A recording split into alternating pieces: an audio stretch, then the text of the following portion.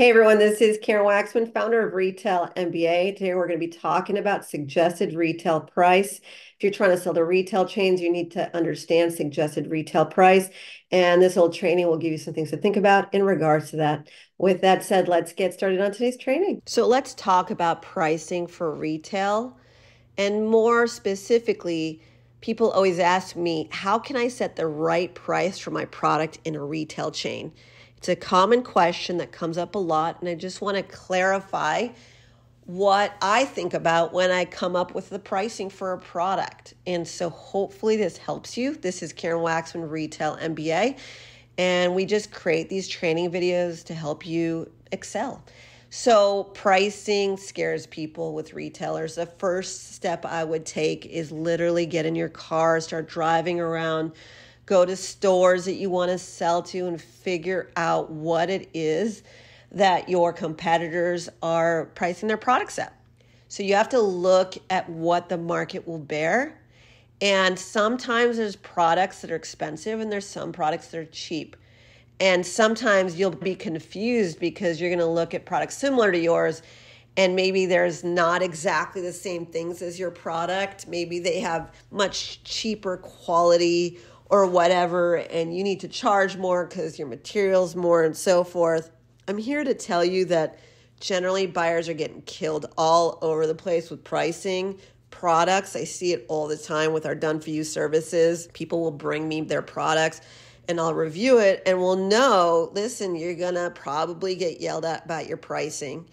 And unless I come up with a really good story, she's basically gonna tell you to get out of here. And so you have to come up with what you're going to do in that scenario, and do you have another possibility? So what that means is you got to walk stores, you got to look at your competitors. If there's a really cheap version of your product, generally you can't go too much more if all the products there are going to be about that price range. So if you're going to the store, you're going to the section of the store where your product would fit, they're all at $9.95 or whatever the price is. You're going to have to honor that price range, maybe a little bit more, but nothing too outlandish. Now, every once in a while, there's exceptions to the rule. But 80% of the time, I would say you don't want to go too much higher than what they're doing in stores today. Except for I had one client who had a product called the Diva Cup, and she was very interested in selling a product that she was selling for like 10 to 20 times what the industry was selling a similar product to her. Essentially, she was selling some version of menstruation product, and tampons cost $5. This particular product was, I don't know, 30, 40 bucks, something like that at the time. Outlandishly different, but it was unique, it was innovative, and she had proof that it was selling online. To our surprise, they agreed to her price point and that product took off, and it's in all the major retail chains. But you never know. So when I tell you about pricing, you can't just hold it and say, I'm not going to go after stores because I'm too nervous about it. But you have to take the emotions out of it. And in her case, she already knew and she went for it anyways. She got one buyer to say yes to her. She got some rejections. She finally found somebody to give her a shot.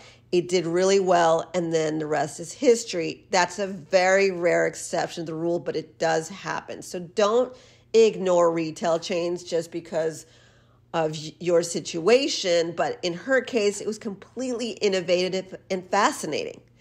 And the reason why you would get the Diva Cup over her tampon situation was because tampons, you got to keep buying them every month. This thing lasts a long time, right? So people thought, okay, it's a one-time purchase, and then it lasts a long time. So it worked really well for her.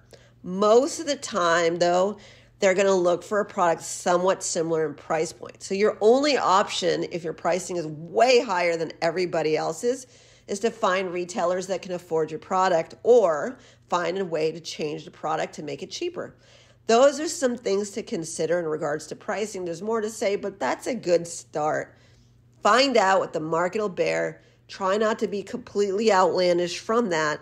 And then from there, you have to reach out to retailers. And the other thing you can do is give the buyer price breaks based on volume purchases. So that's the other thing you can do, just throwing that in, meaning that you can tell the buyer, if you buy 5,000 units, I can get the price down here. If you buy 10,000 units, and that way you can satisfy your manufacturer and work a better deal, and you have that information ready.